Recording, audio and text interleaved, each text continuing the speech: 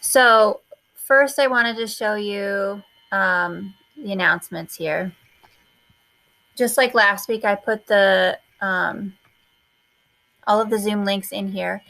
But I have the due dates for the rest of the trimester. It's coming up pretty quick, guys. You need to make sure that you get your work made up and turned in for all of your classes, not just mine. Cubism is due tomorrow. Don't forget that. Okay. For Surrealism, we're going to have 2 due dates. The first one, you just have to have it done, but you don't have to click submit or anything. I can see it either way, but if you click submit, you won't be able to see it anymore. I'll have to send it back to you before you can do anything. So you won't be able to work ahead if you want to. The first part of the Surrealism sheet is going to, through what we get through today, is going to be due by next Tuesday. Okay, some of it you might not get to finish today, but you'll have time. It has to be done before next Tuesday. Not submitted, I can see it either way. Okay. And then the next part of it, the full thing is going to be due December 4th, which is not this Friday, but next Friday. Okay. That's the last day of the trimester, so you obviously can't have any lates on that. You don't have time to be late on anything the rest of the try anyway, because it's next Friday. Okay. The other thing I changed here, because the fully online students pointed out that they couldn't participate in Pictionary. So we will have one Pictionary this week. It'll be 11 to 12 tomorrow. So if you, that's before the classes. So feel free to join in, but it would be this bottom link here. Okay, so I'm going to go back to home. You guys need to go ahead and open up week 12, which is right here, Surrealism.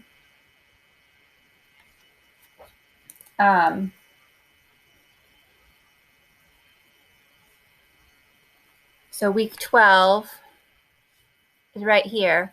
I'll be pasting in the videos for the presentations and stuff here. Right now, the only video that is on this link is the video for how to use the monsterland.net, which we're going to do in class in just a little bit. But if you need to watch that later, you'll be able to do that. And again, the cubism is right below. So right now you should have open this week 12 Surrealism, okay? And I have the presentation linked right here, which I'll go over in just a minute.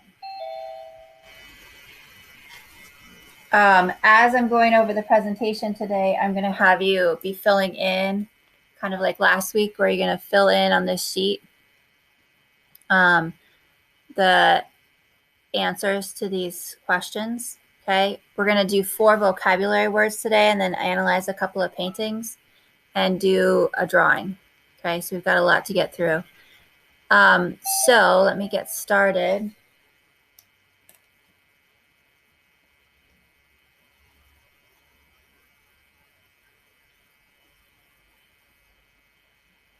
Anyone who's come in late, you need to open up week 12 Surrealism in Canvas. You're going to be filling out this sheet as we're going over the slide presentation. Okay, so the first thing that you need to fill in there is a definition for surrealism. Here it is. Okay, surrealism is a dreamlike composition.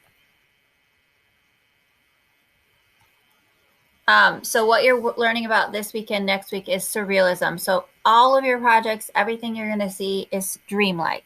Okay, the next 3 vocabulary words are going to be how to make something surrealist. Okay, so like in cubism, breaking something up into shapes is how you can make it cubist. The next 3 vocabulary words are going to be how you can make something surreal. Okay. Surreal is a word that you will hear a lot on the news, in passing, talking about music or literature or movies, or it's just a word you're going to hear a lot, and you'll probably hear it more now because you'll have recognized it and know what it is. So make sure you're writing in your sheet, surrealism is a dreamlike composition. If you get behind on this, you can open the link later and fill these in, okay, because they're on the link at the top of the sheet. Those of you who just came in late, we're on week 12, Surrealism. And you're looking at this sheet then, which is in Canvas under week 12. You're going to fill out the definitions and put in examples of what's going on in the paintings as we go along today. So the next vocabulary word is juxtaposition. That's putting two different things or images side by side that don't normally go together. Okay, so go ahead and get that typed in. Again, if you get behind, you can add this later. Putting two different things or images side by side that don't normally go together. Okay, and then right underneath of that, I've asked you to list something that's juxtaposed in this Rene Magritte painting here. Okay, so this painting is by Rene Magritte. He's called it Homesickness. What is juxtaposed? What are two things that don't go together in this painting? You can either unmute yourself or write it in chat.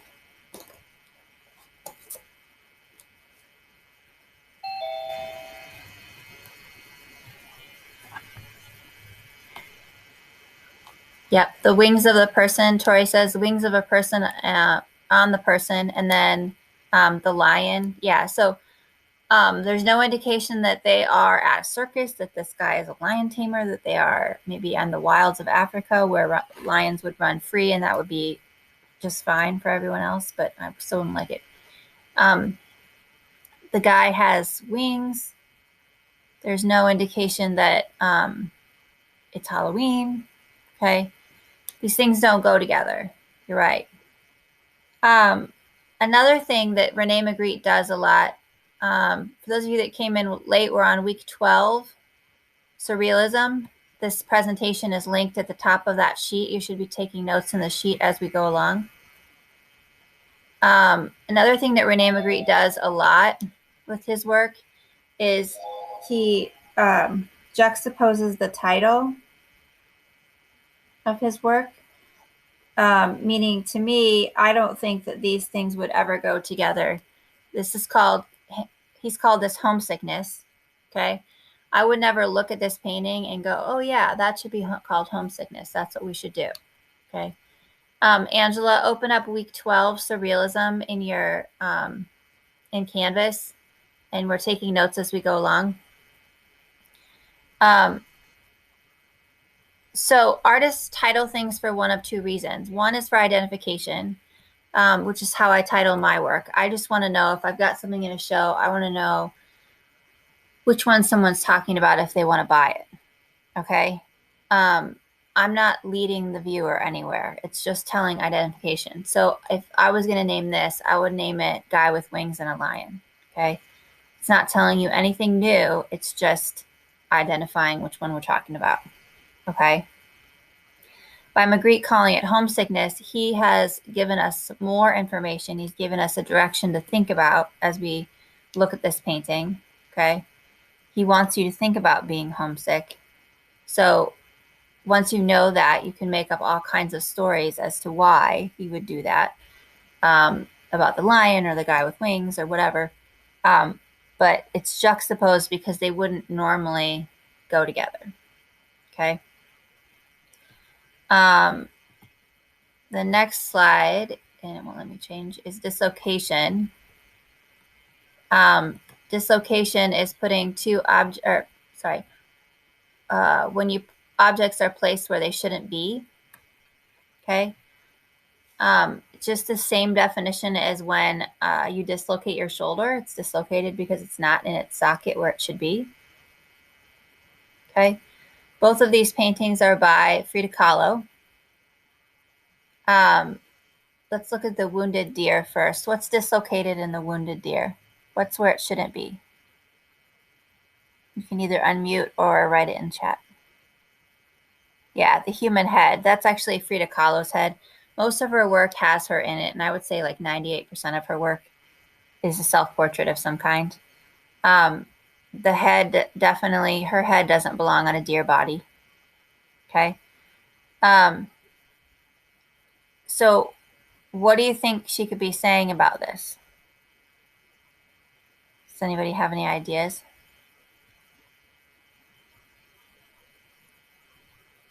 What if I tell you that her husband, Diego Rivera, who was a good artist but a terrible husband, cheated on her all the time?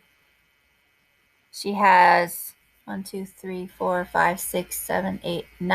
arrows in her, and the deer looks like it's still standing up.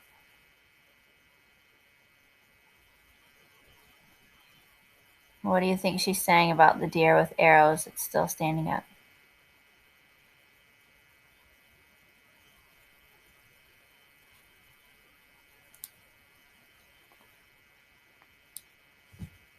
So people in the past have thought, well, maybe that's how many times he cheated on her. Well, that's about how many times they showed in the movie about her life. So I would imagine that it was way more than that. He cheated on her all the time with lots of people, including her sister. Um, yeah, that's a good thing. One of the reasons why I really like Frida Kahlo, I think, is because she was um, pretty strong and showed that in her work a lot. So Natalie said um, maybe she was saying, I can handle more than you know. She handled a lot in her life too. So I think you're probably right on there. What about the other one called The Dream? What's dislocated in that painting?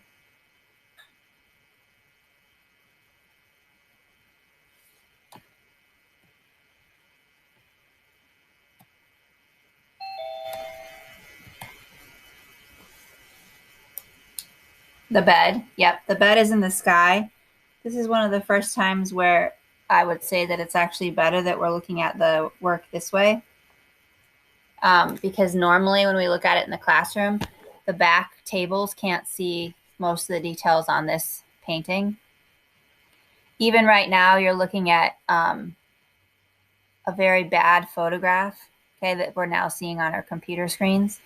I've seen this painting in real life. It's about as big as a piece of notebook or of copy paper, okay? But those clouds, as Natlin pointed out, the clouds in the background, um, so the bed is floating up in these clouds. But if you see the clouds in real life, those clouds are painted so realistically. They look like sunny, fluffy, happy day clouds. Okay. And right now, it just looks like bad wallpaper. Okay. So we've lost a lot in the quality of the photograph and the fact that we're looking at it on our computer screens. What else is dislocated? So we have the bed in the clouds.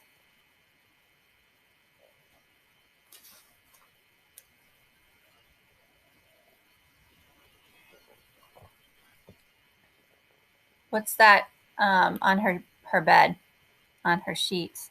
Yeah, the leaves. So that is, yeah, Tori, there are vines growing up over her. So at the end of the bed where her feet are, that's the roots, and then the vines are growing up over her. Okay, how long would you have to be in bed for that to happen? It'd have to be a really long time, right? And it also is next to impossible because she'd almost have to be dead to get them to grow up over her, because even if she was just like sick in bed, she would be moving around enough that it wouldn't work, wouldn't stay on her like that. She was bedridden twice in her life. Once where she was in a bus accident where the pole that you hold on to if you don't get a seat actually went through her. She was no longer able to have kids after that. Um, the other time was later in her life due to another illness. She was bedridden, and her doctor said that she couldn't go to a gallery opening of her work because she could not leave her bed. So instead, she called up her friends. She got all dressed up. Her friends lifted her in her bed out of her house, carried her to the gallery, and she was able to attend the gallery opening, having never left her bed. So that's she's pretty awesome. Yeah, the deer is a little disturbing. So, Nick, we're looking at Surrealism Week 12. There's some notes that you'll need to take on that sheet. You can go back through the presentation to catch up on what you missed later. Transformation. This is the last vocabulary word. Transformation is turning something familiar into something unusual or disturbing. Okay. This painting is by Rene Magritte. What is transformed in this painting?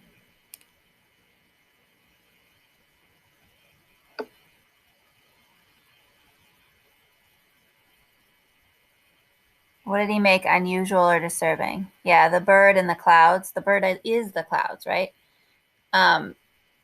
Because the bird is filling the whole frame, it looks like the bird is big.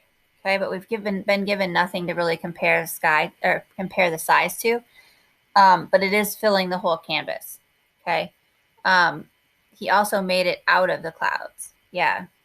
So the bird is the like fluffy day clouds, and the background is the like stormy clouds.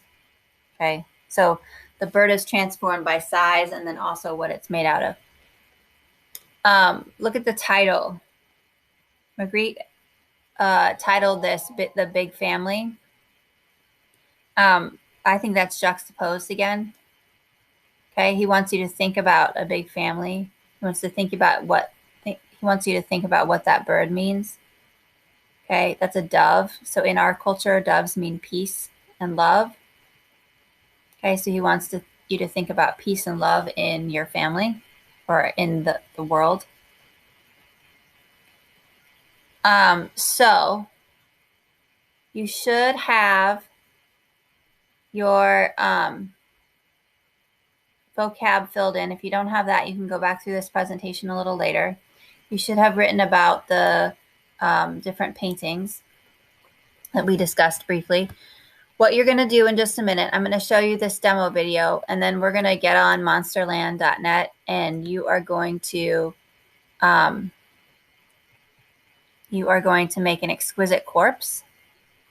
Okay, an exquisite corpse is a game that dates back to Victorian era, where people would, it started off with just writing, and what you're going to do is you're going to draw the head of a monster, then someone else is going to draw the body without being able to see the head that you drew, and then someone else will draw the feet, again, without being able to see the other two parts. So if I flip back to the sheet here, okay, again, if you don't have this open yet, it's in week 12, Surrealism. You're going to click here to open monsterland.net.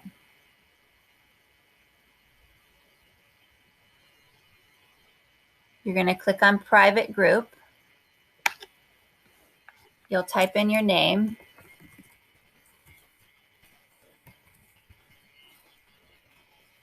And then you're going to come back over here and you are going to copy the second hour passcode and then paste it into the group code here and enter the room. Okay, so I am going to play this demo video so you can see how the whole thing works in just a minute. Just a minute to get it open. My 8-year-old helped me with this yesterday, so you're going to hear some of his asking me questions. So first you'll click on Monsterland. And you make sure you click private group here. Type in your name. Your first name.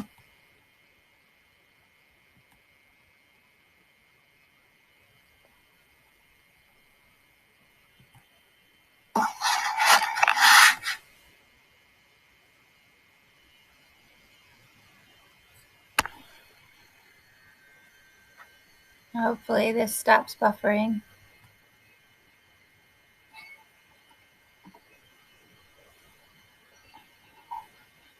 And then we're going to go back. You're going to copy your code for your class period. Paste it. Copy it first.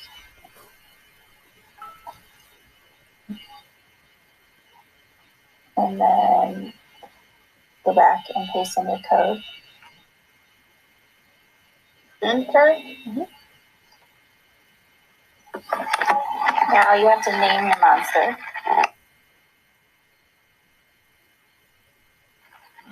Now what you're going to draw to the line. Yeah, it says what's under the line too. Wait, that's your head. Yeah. So see at the top it says draw your monster's head. Okay, so you're going to draw it so that it comes all the way to the bottom. Oh. I didn't realize I have to do the other one of the other one too. Yeah, and you can color it too. Yeah.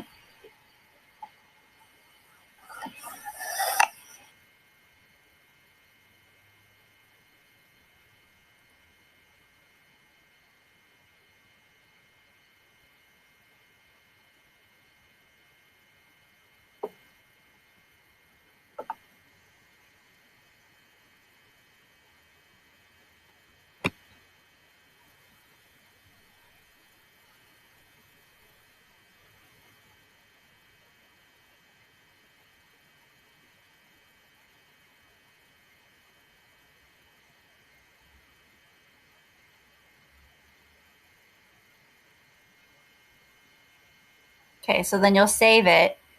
Next thing, you're going to pick a middle. Once there are middles there, so someone else will draw their head and then you'll be able to draw in the middle. It won't let you click on your own. And what we ran into yesterday is it won't let you click on anything that's done on that device. So you have to click on someone else's for the other two sections. So body and then feet. Okay. So what is going to be due then on Tuesday, next Tuesday, the 1st, okay, is a screenshot of the finished monster. Okay. So it could be, it'd be easiest just to do the one that you did the legs on. It doesn't matter as long as your name. Hey, Toe, you should be paying attention over here rather than your other screen. It could be. I am paying attention. The Chromebook is my other screen. Okay, but you need to be looking over here. Nothing I've done is that funny. So it could be that your name is there for the head or the body or the legs. It doesn't matter. You're going to have the legs one come up right away when you finish that. So you could screenshot that one. But then what you're going to do is paste that screenshot in down here. So this is all directions. So you'll need to have this part filled out by next Tuesday, and you should have been able to get most of that filled in just now. And then one of your monsters. So it's going to be either the one that you drew the head, the body, or the legs on. Okay. Going to be pasted in down here. That's what's due for next, I guess for you guys, it's next Monday. Okay. Don't submit it because then you can't open it yourself. Okay. I can see it either way.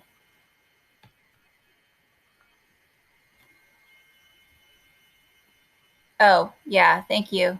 The code. Yep. The code is right here. It's also on the presentation. But then I thought it would be easier to have it on the sheet as well. Then there's going to be next Monday, then I'll talk about what the assignment is going to be for next Friday. It's going to be creating a surrealist drawing. One option is going to be something similar to Stranger Things, if you've watched that show. And one is going to be creating an environment for one of these monsters. Okay. So right now you should go on and start building your head, your body, and then legs. Okay. Again, it won't let you open one that you worked on already until you go to the gallery. To see all of them, you can go to the gallery. So if I go here, oh, this is out of the group. But once you log in, if you go to the gallery, then you'll be able to see all of the ones. You only need to do your first name.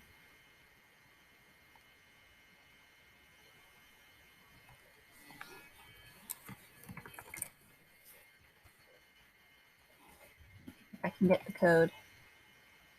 Only your first name to go in.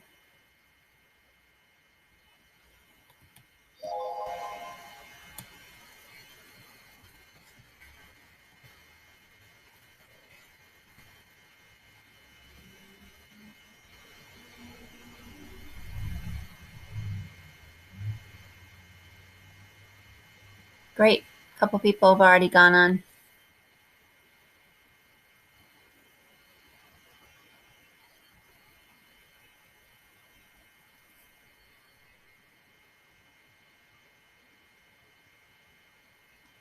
So now that I'm into the second hour group, you can see we did a couple yesterday.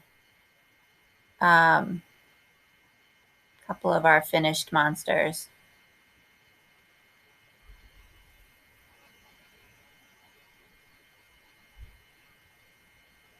And you can also see that I'll be able to tell who did what.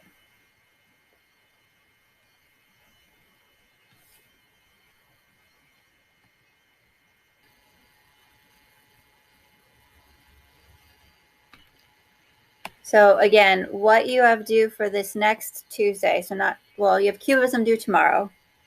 By next Tuesday, you have to have 1 through 7 filled in. Most of you should have gotten that filled in already. Otherwise, you can go back and look through the presentation to get like the definitions for the words here. And then look at the paintings yourself and write in examples.